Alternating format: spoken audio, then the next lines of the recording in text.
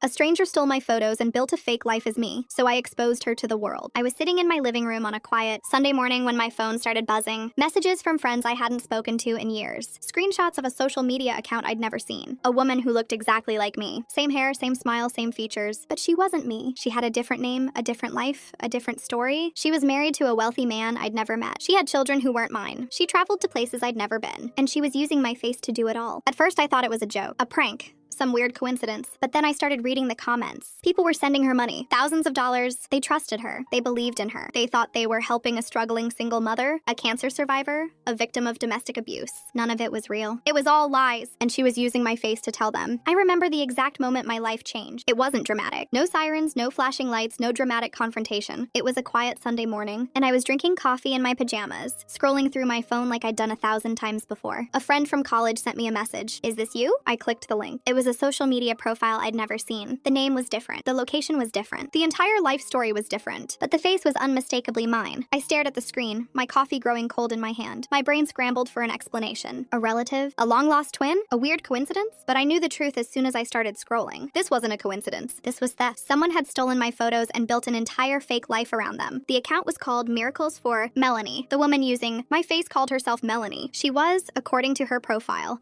a single mother of 3 children. Her husband had died tragically 2 years ago. She was battling cancer. She was struggling to pay her medical bills. She was desperate. She was brave. She was a survivor, and people believed her. Hundreds of people, thousands. They sent her money. They sent her gifts. They sent her messages of love and support. They shared her posts, her photos, her desperate pleas for help. They thought they were making a difference. They thought they were helping a woman in need. They were being scammed. My hands trembled as I scrolled through her posts. There were photos of my children. Children who didn't exist. Children whose faces had been stolen from other people's accounts. There were photos of my late husband, a man I'd never met, a man whose photos had been lifted from an obituary somewhere. There were photos of my cancer treatments, stock images downloaded from the internet. And there were photos of me, my face, my smile, my eyes, looking happy, looking healthy, looking like a woman who had everything, except it wasn't me. It was a stranger pretending to be me. I started receiving more messages, more friends, more acquaintances, more strangers asking if the account was mine. Some were concerned, some were angry, some were confused. A few had already donated money to Melanie and wanted to know if they'd been scammed. I felt sick to my stomach. I tried to report the account. I flagged it for impersonation. I filled out the forms.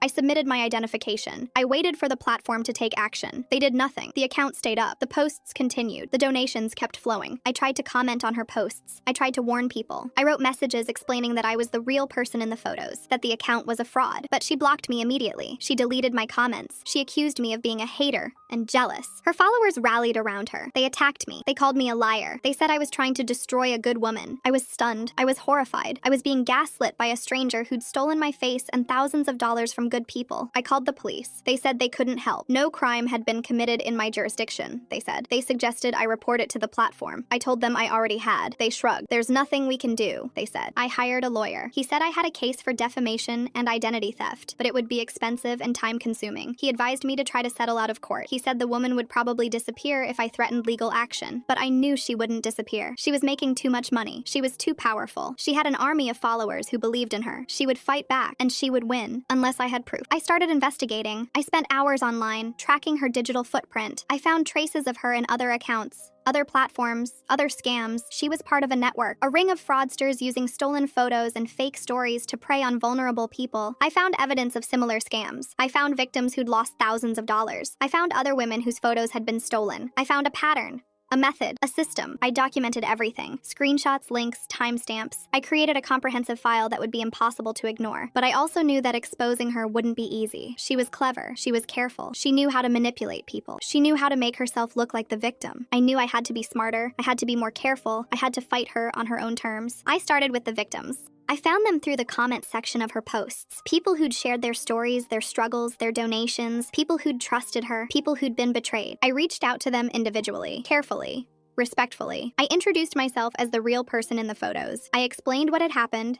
I shared my evidence. I asked for their help. Some were skeptical. Some were angry. Some thought I was the scammer. trying to trick them into giving me more money. I didn't blame them. They'd been manipulated before. They had every reason to be suspicious. But I was patient. I shared my identification. I shared my personal photos. I answered their questions. I proved that I was who I said I was. And slowly they started to believe me. One by one, they came forward. They shared their stories. They shared their receipts. They shared their pain. Together, we formed a network of victims who were determined to stop her. I also found other women whose photos had been stolen. Women who'd had their identities used in similar scams. Women who'd been silenced, ignored, or dismissed. I reached out to them too. I shared my evidence. I asked for their help. They joined our cause. We formed a group. We called ourselves The Real Faces. We shared information. We coordinated our efforts. We supported each other. We became a community of survivors, united by our shared experience of being erased and replaced by a fraud. I compiled everything. Every victim's story. Every piece of evidence. Every financial transaction. I created a comprehensive document that laid out the full extent of her scheme. It was hundreds of pages long. It was exhaustive. It was irrefutable. But I still couldn't get the platforms to take action. They were too slow, too bureaucratic, too indifferent. I knew I had to do something else. Something bigger, something that would force them to pay attention. I decided to go public. I started with a video. I sat in my living room, looked directly into the camera, and told my story. I explained who I was. I explained what had happened. I showed the evidence.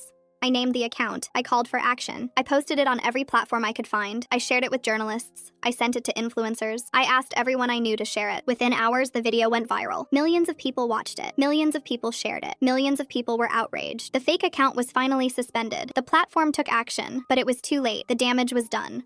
The story was out there, and it wasn't going away. Journalists started calling. They wanted interviews. They wanted details. They wanted to know how this had happened and who was responsible. I gave them everything. I shared my evidence. I shared my story. I shared the names of the other victims. I held nothing back. The media coverage was relentless. Headlines screamed the truth. Fake identity scam exposed. Thousands duped by online fraudster. The real woman behind the fake account speaks out. The woman who'd stolen my face tried to fight back. She claimed I was lying. She claimed I was jealous. She claimed I was trying to destroy her because she was more successful than me. No one believed her. Her followers abandoned her. Her supporters turned against her. The money stopped flowing. The gifts stopped arriving. She was left with nothing but her lies. And then the authorities got involved. They launched an investigation. They found her real name, her real address, her real criminal record. They discovered she'd been running similar scams for years. She was arrested. She was charged with fraud, identity theft, and money laundering. The trial was public. The evidence was overwhelming. She was convicted. She was sentenced to prison. I watched the verdict on the news. I felt a strange mixture of relief and sadness. Relief that it was finally over. Sadness that it had ever happened at all. But mostly, I felt proud. Proud that I'd fought back. Proud that I'd told the truth. Proud that I'd helped bring a fraud to justice. I didn't do it for revenge. I did it because it was the right thing to do. I did it because the truth mattered. I did it because I refused to let her win. And in the end, that was enough. The trial lasted 3 weeks. It was exhausting. Every day, I sat in the courtroom and relived the nightmare all over again.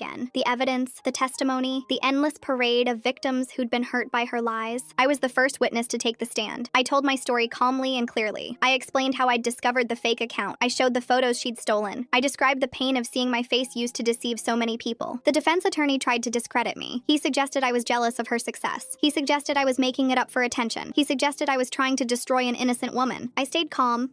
I answered every question honestly. I let the evidence speak for itself. The other victims followed. One by one, they took the stand and shared their stories. They described how they'd trusted her, believed in her, given her their hard-earned money. They described the moment they discovered the truth, the shame, the anger, the betrayal. The jury was visibly moved. Several of them wiped tears from their eyes. I could see the weight of the evidence settling over them like a heavy blanket. The prosecution presented our comprehensive file, hundreds of pages of evidence, financial records, witness statements, screenshots. It was overwhelming. It was undeniable. It was the truth. The woman who'd stolen my face sat in the defendant's chair, her expression unreadable. She had a lawyer, but he seemed to have given up. There was nothing he could say that would change what she'd done. The jury deliberated for less than an hour. Guilty, on all counts. I watched her face as the verdict was read. She didn't cry. She didn't react at all. She just stared straight ahead, as if she'd expected this outcome all along. The sentencing was the following week. The judge was stern, unyielding. He described her crimes in detail. The fraud, the identity theft, the manipulation of vulnerable people, the thousands of dollars she'd stolen. He sentenced her to several years in prison. He also ordered her to pay restitution to every single victim. It would take her the rest of her life to repay what she'd stolen. As she was led away, she looked back at me one last time. Her eyes were empty. There was no anger, No hatred, no remorse, just emptiness. She was already gone. The person who'd done all those terrible things had disappeared, leaving behind a hollow shell. I walked out of the courtroom feeling lighter than I had in months. The weight I'd been carrying had finally lifted. I'd done what I set out to do. I'd exposed the truth. I'd protected others from being hurt. I'd brought a fraud to justice. But the aftermath wasn't easy. I was still dealing with the emotional fallout, the anxiety, the distrust, the lingering fear that someone else might try to steal my identity. I started seeing a therapist. I joined a support group for identity theft victims. I surrounded myself with people who understood what I'd been through. Slowly, I started to heal. I also started speaking publicly about my experience. I gave talks at community centers, schools, and online forums. I warned people about the dangers of identity theft and online scams. I shared tips on how to protect yourself. I told my story to anyone who would listen. It became my mission. I wanted to make sure no one else went through what I'd experienced. I wanted to arm people with the knowledge they needed to protect themselves. I also reconnected with the other victims. We'd formed a bond during the trial that would never be broken. We supported each other. We checked in on each other. We celebrated each other's victories. We became a family of sorts. The restitution payments started coming in. They were small at first. A few dollars here, a few dollars there. But they added up. And for the victims who'd lost everything, every penny made a difference. I donated my share to a charity that helps identity theft victims. I didn't need the money. I had my freedom. I had my face back. I had my life. Months passed. The media moved on to other stories. The world forgot about the woman who'd stolen my face. But I never forgot. I carried the experience with me. Not as a burden, but as a reminder. A reminder of how strong I'd been. A reminder of how far I'd come. A reminder of the power of truth. I started a new project, a website dedicated to exposing online scams. I posted warnings, tips, and resources. I created a community where people could share their stories and seek help. It grew slowly, but it grew. One day, I received a message from a woman in another country. She'd discovered someone using her photos in a similar scam. She was terrified. She didn't know what to do. She'd found my website and reached out for help. I answered her immediately. I told her my story. I gave her advice. I guided her through the process of gathering evidence and reporting the fraud. She followed my instructions. She exposed the scammer. She got her life back. She thanked me. She called me a hero. I told her she was the hero. I'd just pointed the way. She'd done all the hard work herself, and I realized something in that moment. I'd turned my pain into purpose. I'd transformed my trauma into something positive. I'd become the person I'd needed when I was going through my own nightmare. I didn't need revenge. I didn't need to destroy anyone. I just needed to help others. And in doing so, I'd healed myself. The woman who'd stolen my face is still in prison. I don't think about her often. When I do, I feel a distant sadness, not for her, for what she could have been. She had so much potential. She was smart, charismatic, and resourceful. She could have done anything with her life. Instead, she chose to deceive and manipulate. She chose to hurt people. That was her choice. She had to live with it. I had chosen a different path. I'd chosen to fight. I'd chosen to tell the truth. I'd chosen to help others. And that made all the difference.